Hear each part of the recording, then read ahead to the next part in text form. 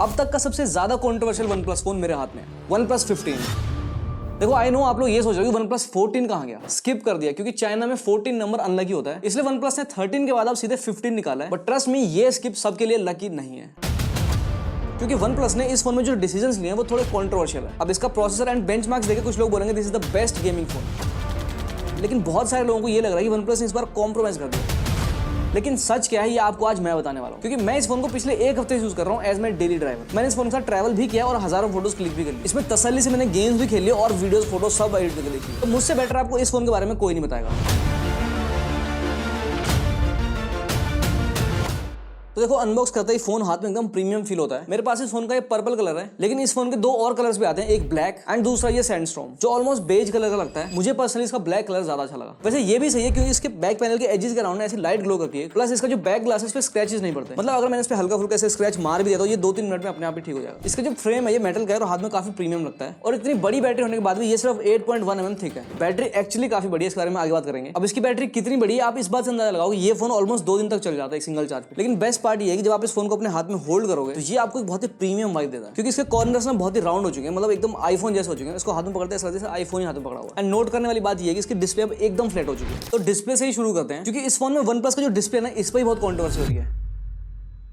इसमें 6.78 इंचेस का एक फ्लैट ओलेड डिस्प्ले मिलता है, मतलब डिस्प्ले इसका 3D कर्व नहीं है, फ्लैट है बिल्कुल, और ये गेमर्स के लिए बहुत ही बढ़िया है। पहली बार किसी फोन की डिस्प्ले में 165 हर्ट्ज का रिफ्रेश रेट मिल रहा है, मतलब अभी तक किसी भी मेन स्ट्रीम फ्लैगशिप फोन में 144 हर्ट्ज से ऊपर डिस्प्ले नहीं मिला। मतलब ROG फोन में भी सिमिलर रिफ्रेश रेट मिलता है, लेकिन मेन स्ट्रीम फ्लैगशिप में पहली बार। अब देखो 165 हर्ट्ज का रिफ्रेश रेट तो है, लेकिन इस डिस्प्ले का रेजोल्यूशन सिर्फ 1.5K ही है, जबकि पिछले वन प्लस में ना 2K डिस्प्ले मिलता था। तो अब मैक्सिमम लोगों को ये लग रहा है कि ये डिस्प्ले वन प्लस 13 के 2K डिस्प्ले से डाउनग्रेड है। बट ये डाउनग्रेड सही है या गलत, let me break it down. देखो 165 हर्ट्ज मतलब एकदम बटरी स्मूथ स्क्रोलिंग, इंस्टाग्राम हो, ट्विटर हो या फिर कुछ स्पेसिफिक गेम्स, इन सब में आपको डिफरेंस दिखेगा। ऑल्सो 1.5 के रेजोल्यूशन लेस डिमांडिंग है कंपेयर टू 2K, मतलब बैटरी पावर ये कम कंज्यूम करेगा। तो फिर प्रॉब्लम क्या है? देखो ये 1.5 के डिस्प्ले जो 2K से स्लाइटली लेस शार्प है, लेकिन देखो नॉर्मल व्यूइंग डिस्टेंस में ये डिफरेंस बेयरली नोटिसेबल है। मैंने इसमें मूवीज देखी, गेमिंग किया, वीडियो या फोटो एडिट भी की, और मुझे ये डिफरेंस ज्यादा कहीं फील ही नहीं हुआ। या फिर अगर मैं डिटेल में घुस जाऊं, बिल्कुल पिक्सल पे करूं, तब हो सकता है कि थोड़ा बहुत नोटिस हो, लेकिन अदरवाइज इस बात से फर्क नहीं पड़ रहा। अब इस पे OnePlus का ये कहना है कि 165 हर्ट्ज अभी 2K पे टेक्निकली बनाना पॉसिबल ही नहीं है, और ये कहीं ना कहीं सच भी है, क्योंकि ROG के जो गेमिंग फोन्स आते हैं उनमें आपको रिफ्रेश रेट 165 हर्ट्ज तो मिलता है, लेकिन उनका रेजोल्यूशन सिर्फ 1080p होता है। अब OnePlus की यहाँ पे थिंकिंग ये रही कि उनको रिफ्रेश रेट पे कोई भी कॉम्प्रोमाइज नहीं करना है, क्योंकि गेमिंग के लिए रिफ्रेश रेट ज्यादा इंपॉर्टेंट है। तो मेरे हिसाब से it's a smart choice, but mostly time इसका डिस्प्ले 120 हर्ट्ज पे ही रहता है। मतलब नॉर्मल यूज में आपको 165 हर्ट्ज पे कभी नहीं दिखेगा। कुछ स्पेसिफिक गेम जैसे call of duty, brawl stars, इनमें आपको 165 हर्ट्ज का सपोर्ट मिलता है, अदरवाइज ये फोन मोस्टली 120 हर्ट्ज पे ही चलता है। बाकी इस फोन के बेजल्स में बहुत ही कम है, मतलब आईफोन के बाद ये पहला फोन है जिसमें इतने कम बेजल्स। अगली बार लगता है ये इसको भी गायब कर देंगे। इस डिस्प्ले की मैक्सिमम ब्राइटनेस 1800 निट्स है, तो आउटडोर में विजिबिलिटी में कोई दिक्कत नहीं होती। वैसे इसकी पीक ब्राइटनेस 4500 निट्स है, जो कि आपको बस HDR कंटेंट देखते टाइम ही फील होगा। ऑल्सो इस फोन की मिनिमम ब्राइटनेस सिर्फ 1 निट्स है, और अगर सेटिंग में जाके ये डिम व्हाइट पॉइंट्स को ऑन कर दिया तो इसकी ब्राइटनेस और भी नीचे चली जाती है, मतलब 0.5 निट्स। मतलब क्रेजी यार, स्पेशली लेट नाइट अगर आप वीडियोस देखते हो या फिर चैट करते हो, बंदी से बात करते हो, तो मतलब ये क्रेजी है। स्पेशली अगर आपको लेट नाइट स्क्रॉलिंग करनी हो या चैट करनी हो या फिर कंबल के अंदर उसके आपको गेमिंग करनी हो, तो आंखों पे ना स्ट्रेन नहीं पड़ेगा। अब देखो ये इंडिया का पहला फोन है जिसमें स्नैपड्रैगन का 8 Elite Gen 5 मिलता है, और OnePlus खुद इस फोन के साथ गेमर्स को ही टारगेट कर रहा है। तो मैंने भी इसमें हर गेम ट्राई करके देखा, BGMI, call of duty, extreme graphics पे, एंड जेन्युइनली इसने सब कुछ ना बहुत ही अच्छे से हैंडल किया है। मतलब BGMI इसमें बहुत ही स्मूथली 120 FPS पे चलता है कॉन्स्टेंटली, और इतनी हाई FPS पे चलने के बाद मुझे हीटिंग का कोई इशू लगा। मतलब जितना नॉर्मल फोन को हीट होता है उतना ये भी हीट होता है। पर ना मुझे लगा था कि यार नया प्रोसेसर है और FPS बहुत ज्यादा दे रहा है, तो क्या पता हीट ज्यादा हो, लेकिन ऐसा नहीं है। इसका परफॉर्मेंस मतलब काफी स्टेबल है, और इसमें गेमिंग के लिए और भी बहुत सारे फीचर्स मिलते हैं। जैसे इसमें एक फ्रेम रेट को बूस्ट करने का ऑप्शन भी है, गेम्स के अंदर HDR को भी ऑन कर सकते हैं और फ्रेम रेट्स को भी हाई कर सकते हैं। गेम्स खेलने के अलावा मैंने इसमें वीडियोस भी एडिट की, फोटो एडिट की लाइटरूम के अंदर, और सब कुछ इसने बहुत ही स्मूथली हैंडल किया है। अब OnePlus जो इसका अंततः स्कोर क्लेम कर रहा है वो 3.4 मिलियन, बट मैंने इसको रन किया अपने लोकल डिवाइस पे एंड 3.39 कुछ आया इसका, जो ऑलमोस्ट क्लोज है, जो उतना मैटर नहीं करता क्योंकि जस्ट ये एक नंबर है। बट एक्चुअली जब मैंने इसको रियल लाइफ में यूज किया तो मेरे को काफी स्टेबल परफॉर्मेंस मिला इससे। ऑल्सो इसमें OnePlus का जो नया UI है OxygenOS 16 वो आता है आउट ऑफ द बॉक्स, तो इस फोन को यूज करने का एक्सपीरियंस थोड़ा और एनहांस हो चुका है, बहुत ही स्मूथ इसका UI हो चुका है। इवन अब इसको बहुत ही डिटेल में आप कस्टमाइज कर सकते हो, इसके आइकन का साइज भी आप खुद से चेंज कर सकते हो, और UI में ना हर जगह थोड़ा थोड़ा ब्लर इफेक्ट देता है, वो बहुत ही बढ़िया लगता है देखने में। इसका जो कंट्रोल पैनल है वो लगभग थोड़ा iOS से इंस्पायर्ड लगता है, लेकिन ये आई थिंक ज्यादा स्मूथ है। ऐप ओपनिंग एंड क्लोजिंग का जो एनिमेशन है वो बहुत ही स्मूथ है, जैसे आप एक ऐप खोलते हो तुरंत ही दूसरी ऐप भी आप खोलते हो एंड दोनों आपको एनिमेशन एक साथ दिखती है, तो ये चीज मतलब काफी कूल लगता है देखने में। ऑल्सो बाय डिफॉल्ट ये फोन एंड्रॉइड वर्जन 16 के साथ आता है, तो इट्स अ गुड थिंग।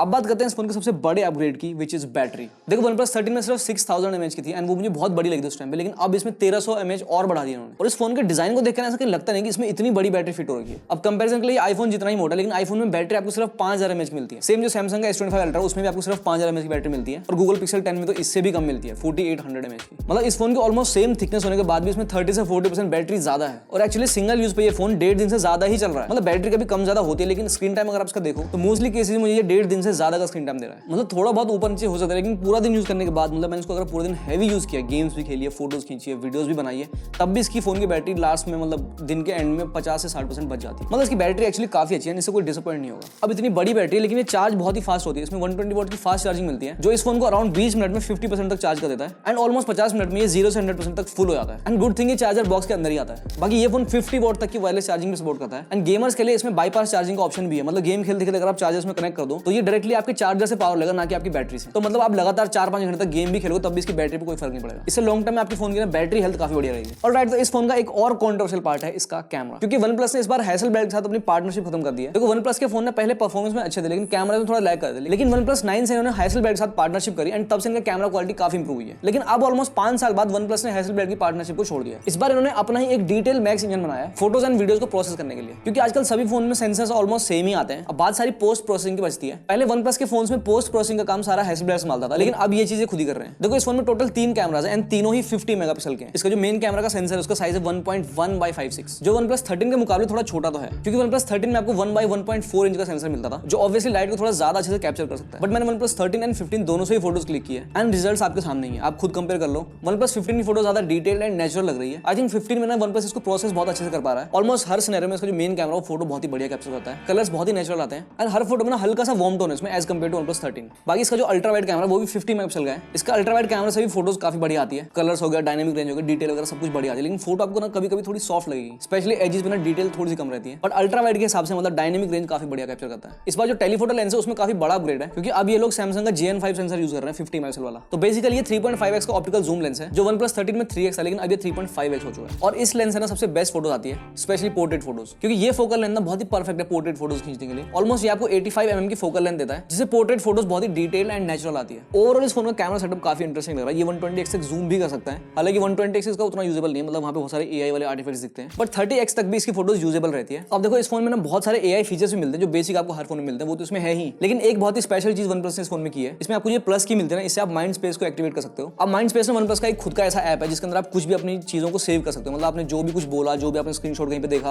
या कुछ भी आपने फोटो कहीं पे देखी, उसको आप इसके अंदर सेव कर दो। ये आपके सारे आइडियाज को ना ऑर्गेनाइज करेगा एंड समराइज भी कर देगा। अब कमाल की बात यह है कि आपने जो भी माइंड स्पेस में चीजें सेव कर रखी है, उनको इस फोन का जो गूगल जेमिनी है वो भी एक्सेस कर सकता है। अब जैसे मान लो मुझे कोई ट्रिप प्लान करनी है अपनी, मान लो शिमला की ट्रिप प्लान करनी है, ठीक है, तो मैं यहाँ पे माइंड स्पेस का बटन दबाऊंगा एंड इसको बोलूंगा मैं 15 से 20 तारीख के बीच में शिमला जाना चाहता हूँ, ठीक है, एंड बीच में मैं होटल जो रिकमेंडेशन है वो उसको स्क्रीनशॉट दे दूंगा। बाकी मैं 1-2 वीडियोस देख लूंगा तो उसमें से भी मैं इसको स्क्रीनशॉट दे दूंगा। तो अब ये सारी चीजें माइंड स्पेस के अंदर सेव हो जाएंगी। अब अगर मैं गूगल जेमिनी से पूछता हूँ मुझे एक शिमला का ट्रिप प्लान करना है, तो वो लोकली मेरा माइंड स्पेस का सारा डेटा उठा के मुझे उसके बेस पर रिकमेंडेशन दे सकता है कि मैं उस डेट पे कहाँ जा सकता हूँ एंड मेरा बजट क्या है, पूरी आइटनरी वो मेरे हिसाब से डिजाइन कर सकता है। ये आपको अभी तक किसी फोन में नहीं मिलता, क्योंकि गूगल का जो जेमिनी है वो बस अपनी एप्स के साथ ही इंटीग्रेट करता है। मतलब गूगल कैलेंडर हो गया या फिर गूगल ड्राइव हो गया, गूगल नोट्स हो गया या फिर जीमेल हो गया, बट ये पहली बार है कोई थर्ड पार्टी ऐप जो कि OnePlus की उसके साथ ही इंटीग्रेट हो रहा है। तो मतलब जो माइंड स्पेस वाले फीचर है ये एक्चुअली काफी काम का है। बाकी इस फोन का फिंगरप्रिंट सेंसर भी काफी फास्ट है, 3D अल्ट्रासोनिक सेंसर इसके अंदर, जो लॉक स्क्रीन से भी चल जाता है, एंड इसकी पोजीशन भी काफी बढ़िया, मतलब नेचुरली मेरा हाथ यहीं पे रेस्ट करता है एंड यहीं पे ये फिंगरप्रिंट सेंसर है इसका। फेस अनलॉक भी काफी फास्ट काम करता है, एंड इस फोन की जो हैप्टिक्स है वो भी आपको काफी प्रीमियम फील होगी। अब इस फोन की जो मुझे बेस्ट चीज लगी वो है इसका स्पीकर, और इसके बारे में पता नहीं क्यों कोई बात नहीं कर रहा। ये फोन जैसे मेरे पास आया मैंने इसमें गाना प्ले किया और इसकी साउंड क्वालिटी बहुत ही अलग लगी मुझे, मतलब ऐसी आवाज मेरे मैकबुक से आती है, तो मुझे लगा ये किसी बड़े स्पीकर की आवाज है, लेकिन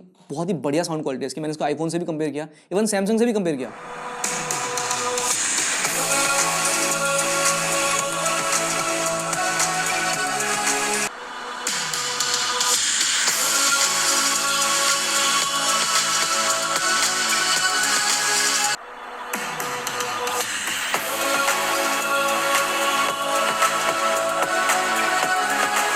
मतलब ऐसी साउंड मैंने आज तक किसी फोन में नहीं सुनी। सो आई वुड रिकमेंड कि अगर आपके पास इस फोन का एक्सेस है या फिर आपके आसपास कहीं स्टोर में ये मिलता है आपको, एक बार इसका साउंड जरूर से सुन के देखना, आपको एक्चुअली डिफरेंस फील होगा। अब लास्टली बात आती है ये फोन किसके लिए परफेक्ट है। तो मुझे ऐसा लगता है कि OnePlus ने इस बार ना गेमर्स की सुनी है, क्योंकि 165 हर्ट्ज का रिफ्रेश रेट वाला डिस्प्ले, 7300 mAh की बड़ी बैटरी और Snapdragon 8 Elite Gen 5, ये कॉम्बिनेशन मार्केट में अब तक किसी भी फोन में नहीं है। हाँ, इसके साथ थोड़े बहुत कॉम्प्रोमाइजेस हैं, but these compromises make sense अगर आपकी प्रायोरिटी गेमिंग है एंड बैटरी लाइफ है। बाकी आप मुझे बताओ कि आपको ये फोन कैसा लगा, एंड अगर आपको इस फोन के बारे में कुछ भी डाउट है तो कमेंट्स में आ जाओ, वहां पे बात करते हैं। एंड हाँ, इस वीडियो को हाइप करना बिल्कुल मत भूलना। Also subscribe for more videos. मैं मिलता हूं आपसे नेक्स्ट वीडियो में, तब तक के लिए thanks for watching and good bye.